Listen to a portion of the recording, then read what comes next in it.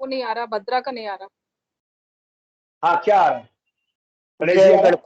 गणपति ज्योतिष city centre Gwalior. बिल्कुल, जय गणपति ज्योतिष संस्थान में आपका स्वागत है और हम बात करेंगे भद्रा के ऊपर। तो भद्रा क्या है ये जानने के लिए हम भद्रा के ऊपर विचार करते हैं और ये है भद्रा के विषय में कहानी। भद्रा क्या है? भद्रा क्या है? रूपाली जी पढ़ेंगी भद्रा क्या है। एक मिनट रूपाली जी। हाँ जी सर। इसमें जो लिखा है पढ़ी। इसकी स्क्रीन थोड़ी बड़ी हो रही है, एक मिनट में छोटी कर देती हूँ छोटा। ओके,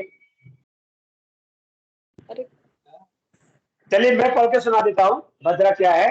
वृष्टि नाम के कर्ण को भद्रा कहा गया है। जैसा कि हमारे सामने 7 चल संज्ञक कर्ण होते हैं और 4 स्थिर कर्ण होते हैं। चल संज्ञक कर्णों में जो अंतिम कर्ण है वृष्टि, उसका नाम भद्रा है। जब जब हमारी किसी भी तिथि में हर 3 दिन के बाद वृष्टि नाम का कर्ण आता है तब भद्रा होती है। और इसका उद्भव भद्र कहते हैं भगवान शिव को, अर्थात शिव जी से हुआ है। और शिव जी के होने से, शिव जी के द्वारा इसको उत्पन्न होने के कारण इसका नाम भद्रा कहा गया। कहा जाता है देवासुर संग्राम में देवताओं की पराजय होते हुए देखकर भगवान शंकर जी को क्रोध आया और क्रोधपूर्ण नेत्र से एक ज्योति निकली। जो दिव्य ज्योति निकली थी, वो जो दृष्टि थी, वो जो स्वयं भगवान के शरीर पर ही पड़ी और उससे एक शक्ति जो उत्पन्न हुई थी वह भद्रा थी। और वह कैसी थी? वो प्रेत के ऊपर सवार होकर असुरों का संहार करने के लिए चली। इससे उसने सारे असुरों का संहार किया और इससे भगवान शिव जी प्रसन्न हो गए। शिव जी ने उसको आज्ञा दी। देवताओं ने उसे शक्ति को तो शक्ति ने जब असुरों का संहार किया, लेकिन वो वह विनाशकारी शक्ति के रूप में उत्पन्न हो गई थी। तो वो सभी असुरों को मारने के बाद देवताओं के ऊपर आक्रमण करने के लिए, मनुष्य के ऊपर आक्रमण करने के लिए चलने लगी। तब भगवान शिव ने रोका, हे भद्रे तुम कहाँ जा रही हो?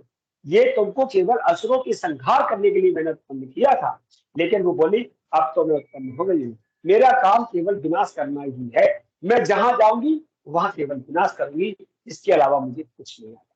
तो आप चाहते हैं कि इन तीनों लोकों में शांति बनी रहे, तो आप मुझे कोई स्थान दे दीजिए और कोई निश्चित समय दे दीजिए कि मुझे कब और कहां और कैसे आना।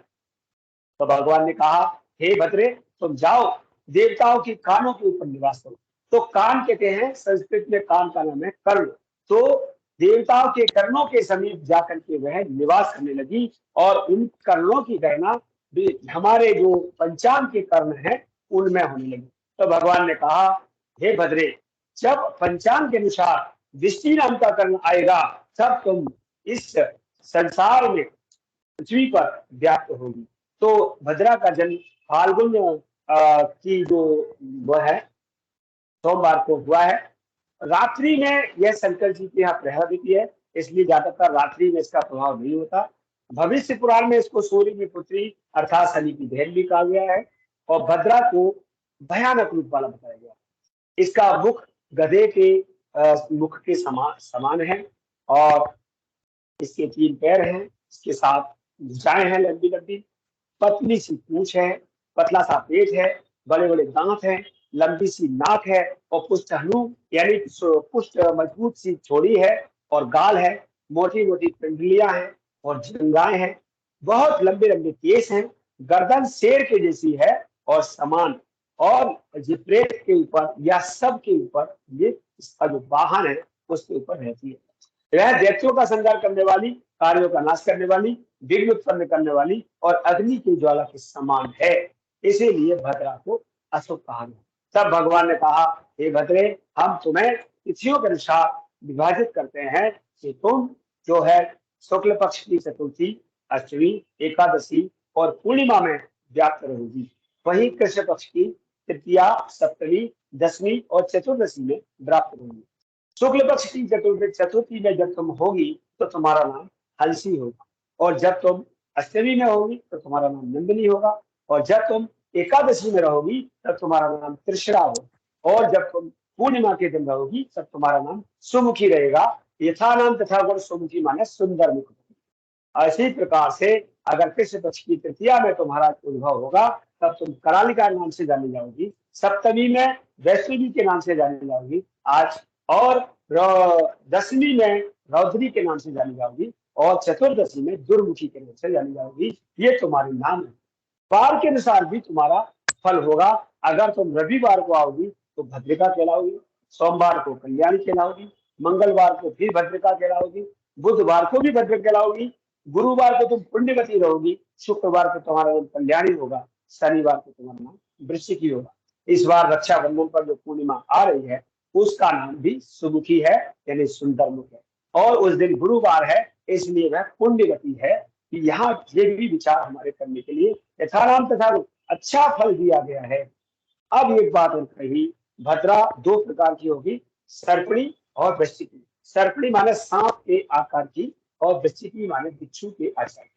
शुक्ल पक्ष में जो भद्राएं होंगी वो सब सर्पणी भद्राएं कहलाएंगी, और कृष्ण पक्ष में जो भद्राएं होंगी वो वृश्चिकी भद्राएं कहलाएंगी। तो बिच्छू जो डंक मारता है वो पूंछ से मारता है, इसलिए इनका पुच्छ भाग खराब होता है, और सर्पणी जो फन से प्रहार करते हैं इसलिए सर्पणी का मुख भाग प्रहार मतलब खराब होता है, इसलिए सर्पणी भद्रा का ज्यादातर मुख भाग त्याज्य करते हैं, और वृश्चिकी भद्रा का पृष्ठ भाग पुच्छ भाग को त्याज्य करते हैं। भद्रा के निवास के लिए भगवान ने कहा कि हे बद्री, अगर तुम तीनों लोकों में अलग अलग समय पर जाओगी तो तीनों लोकों के लोग कुछ समय तुमसे परेशान भी होंगे तो कुछ समय सुखी भी रहेंगे, इसलिए हम तुम्हारा 12 राशियों में भचक्र की 12 राशियों में विभाजन कर देते हैं। मृत्यु लोक, पाताल लोक, स्वर्ग लोक में इसका निवास अलग अलग स्थान अलग अलग तरीके से कर दिया गया। भद्रा का निवास भूलोक में जब चंद्रमा कर्क राशि में, सिंह राशि में, कुंभ राशि में या मीन राशि में रहेगा तब वह भूलोक पर होगी, और मृत्यु लोक वासियों के लिए अशुभ होगी। और जब उसका निवास स्वर्ग लोक में होगा जब मेष राशि में, वृषभ राशि में, मिथुन राशि में या वृश्चिक राशि में चंद्रमा होगा तो तुम स्वर्ग में होगी, और तुम वहां पर जाके स्वर्ग होगी, क्योंकि देवताओं के आगे तो भद्रा को शुभ रहना पड़ेगा, भगवान शिव का वहां पर प्रभाव है। लेकिन जब तुम्हारा चंद्रमा कन्या का गोचर मतलब कन्या का चंद्रमा होगा, तुला का होगा, धनु का होगा या मकर का होगा तो तुम पाताल लोक में जाकर के अशुभ फल देंगे। तो हम लोग किस लोक में रहते हैं? पाताल में, स्वर्ग में, मृत्यु में। हाँ, भूलोक में हम भूलोक में रहते हैं यानी मृत्यु लोक में रहते हैं। तो हम ये देखें कि इस बार पूर्णिमा को चंद्रमा किस राशि में, तो आप देखेंगे श्रवण नक्षत्र में मकर राशि आती है और धनिष्ठा का आधा भाग भी मकर में आता है, तो उस दिन सारा चंद्रमा मकर राशि में। तो मकर राशि के चंद्रमा में भद्रा कहाँ होनी चाहिए? पाताल लोक। पाताल लोक में, यानी कि इसका अशुभ प्रभाव जाकर के पाताल लोक में होगा, ना कि मृत्यु लोक में। इसलिए भी यहाँ पर हम जो मृत्यु लोक की भद्रा नहीं होने से भी इसको हम थोड़ा सा अवॉइड कर सकते हैं। भद्रा को कितने अंगों में विभाजित किया गया है? 6 अंगों। पहला उसका मुख है, दूसरा उसका कंठ है, तीसरा उसका हृदय है, चौथा उसकी नाभि है, पांचवी उसकी कटी है, कमर है, और छठवां उसका पुच्छ है। ऐसे 6 भागों में विभाजित किया। ये कहा गया है जो भद्रा दिन में कही गई है, जैसे कृष्ण पक्ष की चतुर्थी, एकादशी और कृष्ण पक्ष की तृतीया और दशमी, ये जो है भद्रा दिन की है। लेकिन अगर दिन की भद्रा रात में हो तो दोष नहीं है, और रात की भद्रा दिन में हो तो दोष नहीं। रात्रि में प्रशस्त भद्राएं 8, 15, 7, 14 ये कही गई है, और अगर दिन में होती है तो इनका कोई दोष नहीं है। तो हम जो भद्रा देखने वाले हैं उस दिन कौन सी तिथि है? पूर्णिमा, और वो रात्रि में कही गई है, ये कि दिन में हमारा त्योहार है। तीसरी बात कही है मध्याह्न में भद्रा का दोष नहीं होता, यानी मध्याह्न के बाद भद्रा और वैद्रती का दोष नहीं होता।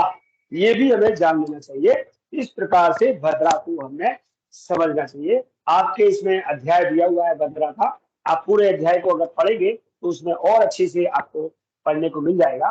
तो भद्रा कहाँ से उत्पन्न हुई है, थोड़ा इस बारे में आप लोग प्रकाश डालेंगे? कोई बताएगा भद्रा कहाँ से उत्पन्न हुई है? शिव जी के हाँ, नेत्रों शिव जी के द्वारा, बिल्कुल शिव जी के द्वारा उत्पन्न हुई है। तो जिसके द्वारा कोई उत्पन्न होता है, क्या वो उसका कहना नहीं मानेगा? नहीं। बिल्कुल मानेगा। बिल्कुल मानेगा। तो रक्षाबंधन का ये विवाद